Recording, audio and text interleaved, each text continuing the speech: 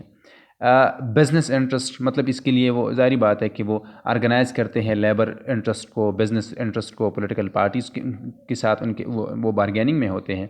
And the government representatives, مطلب سارے لوگوں کے ساتھ یہ جو ہے یہ بارگیننگ میں ہوتے ہیں، انٹریکشن میں ہوتے ہیں، تاکہ وہ نیچے کے جو لوگ یہ ریپرزینٹ کرتے ہیں ان کی انٹرسٹ کو اوپر جو ہے پولیٹیکل ڈیسیجنس تک مطلب جو پالیسی میکرز تک لایا جائے اور پالیسی میکنگ کا حصہ بنایا جائے. تو اس کے لیے وہ اسٹرگل میں ہوتے ہیں، ایک انٹریکشن میں سارے کنٹینیوسلی ہوتے ہیں. بٹ دے کین اوکیجنلی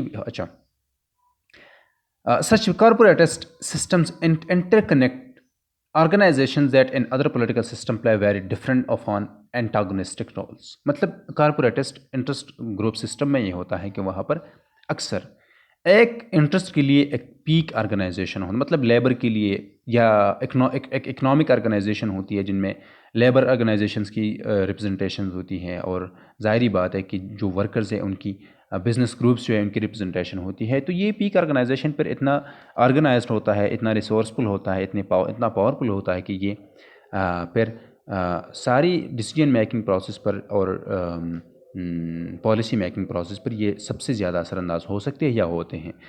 اور اس طرح ہوتا ہے کہ فار ایگزامپل اگر پلورلسٹ پولیٹیکل انٹرسٹ گروپ سسٹمز کی طرف ہم دیکھیں تو وہاں پر کمپیٹنگ مطلب انٹرسٹ گروپس ہوتے ہیں، اور ہر کوئی چاہتا ہے کہ وہ انفلوئنس کرے پالیسی میکنگ کو. تو وہاں پر اتنے مطلب انٹرسٹ گروپس جو اتنے آرگنائز نہیں ہوتے، اتنے پاورفل نہیں ہوتے، اتنے انفلوئنشل نہیں ہوتے. اور یہاں پر یہ ہوتا ہے کہ چونکہ یونٹی ہوتی ہے تو یہ آرگنائزیشنز پاورفل ہوتے ہیں، اور یہ انٹر کنیکٹ کرتے ہیں، مطلب کارپوریٹسٹ سسٹم میں انٹر کنیکٹڈ ہوتے ہیں ڈفرینٹ آرگنائزیشنز. اور وہ ظاہری بات ہے کہ وہ کنٹینیوسلی کلیکٹیولی وہ اسٹرگل کرتے ہیں کہ پولیٹیکل مطلب اپنا کردار جو ہے وہ ادا کرے اور اپنی انٹرسٹ کو ایگریگیٹ کرے.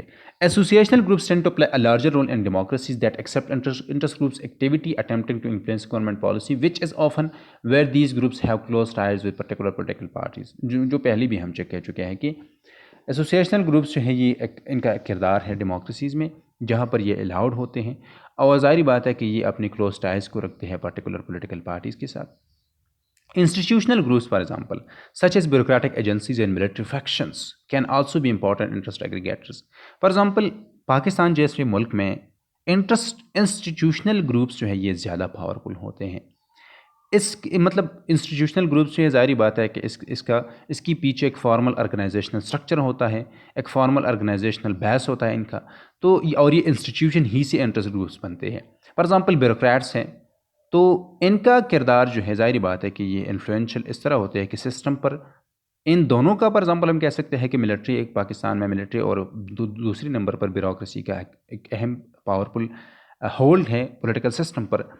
تو ظاہری بات ہے کہ وہ ایک اپنی مطلب ایک these are important interest ایگریگیٹرز.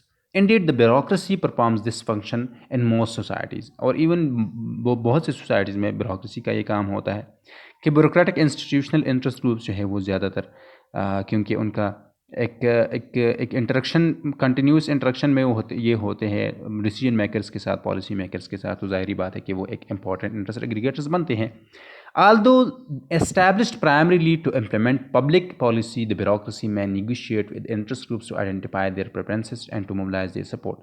Even یہ بھی ہوتا ہے کہ وہاں پر بیوروکریسی جو ہے انٹرسٹ گروپ کے ساتھ نیگوشیٹ کر سکتی ہیں تاکہ وہ مطلب کہ وہ ان کو آئیڈینٹیفائی کرے اپنے پریفرنسز کو، اور اس کے لیے سپورٹ بھی موبلائز کریں. Governments agencies may even be captured by interest groups and used to press their demands. مطلب ایون یہ ہے کہ گورنمنٹل ایجنسیز، گورنمنٹل اسٹرکچرز یا ڈیسیجن میکرز یا پالیسی میکرز ان پر انٹرسٹ گروپس جو ہے اتنا اثر انداز ہو سکتے ہیں کہ فار ایگزامپل ہم کہہ سکتے ہیں کہ ان پر ان کا قبضہ ہے، اور ان پر ظاہری بات ہے کہ اپنے ڈیمانڈس کو جو ہے وہ منواتے ہیں. Bureaucrats upon cultivate client support networks to expand their organisations اور to enhance their power. For example bureaucrats یہ ہوتا ہے کہ یہاں پر ایک انسٹیٹیوشنز کے درمیان بھی پیٹرون کلائنٹ نیٹورکس جو ہے یہ بن سکتے ہیں کہ بیوروکریٹس جو ہے ایک پرٹیکولر پولیٹیکل پارٹی اور یا پاورفل ڈیسیجن میکرز کے ساتھ ایک ریلیشن شپ میں ہوتے ہیں کہ ان بیوروکریٹس کو وہاں پر بھی ان کو بینیفٹس دیے جاتے ہیں اور اوپر کے جو لوگ ہیں ان کو لائلٹی جو ہے یہ یا سپورٹ جو ہے یہ دیا جاتا ہے نیچے بیوروکریٹس کی طرف سے. تو اسی بنیاد پر بھی یہ انٹرسٹ ایگریگیٹرز بن سکتے ہیں. Military organizations with their special control of physical force can also be powerful interest aggregators. ہم کہہ سکتے ہیں کہ پاکستان جیسے ملک میں، پاکستان جیسے ممالک میں، چونکہ ملٹری کا ایک اہم کردار ہوتا ہے، اہم کردار ان اے سینس کہ یہ بہت پاورفل ہوتے ہیں. تو ان کا یہ ایگریگیٹرز مطلب these are important interest aggregator. جو بھی ملٹری انٹرسٹ گروپس ہیں، انسٹیٹیوشنل انٹرسٹ گروپس ہیں، ان کا ایک اہم کردار ہے، یہ ویزیبل ہے. ایون ان کا مطلب پاکستان میں ان کی ڈفرینٹ بزنسز ہیں. ان میں فار ایگزامپل یہ ہوتا ہے کہ انٹرسٹ ایگریگیشن اس طرح ہوتا ہے کہ اگر ہم پاکستان میں دیکھیں تو جتنی بھی مطلب وہ آرگنائزیشنز ہیں جو کہ بزنسز کرتی ہیں، اور ان آرگنائزیشنز جو ہیں یہ آرگنائزیشن ملٹری کے ریٹائرڈ لوگوں کے ہیں یا ملٹری کے لوگوں کے ہیں، تو ظاہری بات ہے کہ مطلب ایون ابھی بھی یہی لوگ جو ہیں یہ جب ٹیکسز لگتے ہیں تو یہ ایگزیمپٹ ہوتے ہیں، مطلب ان سے ٹیکسز نہیں لیے جاتے، حالانکہ یہ ہر قسم کے بزنس کرتے ہیں. تو انٹرسٹ ایگریگیشن اس طرح ہوتا ہے کہ یہ چاہتے ہیں کہ ظاہری بات ہے کہ ان سے ٹیکسز نہ لیے جائے یا کم لیے جائے. تو اس کے لیے یہ مطلب یہ اتنے پاورفل ہیں کہ پھر پالیسی میکرز جو ہے یہ مطلب ایون ایکسپلیسٹلی دے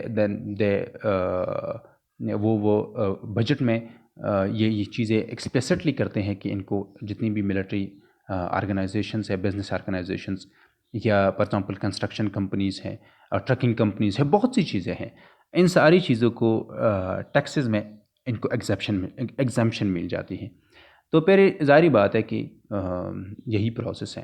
ہم کہہ سکتے ہیں کہ آرگنائزیشنل انٹرسٹ گروپس میں آرگنائزیشنل جو کہ انسٹیٹیوشنل انٹرسٹ ایگریگیشن ہے، اس میں یہ ہے کہ ہم کہہ سکتے ہیں کہ انٹرسٹ گروپس کا اور پولیٹیکل پارٹیز کا ایک اہم کردار ہے.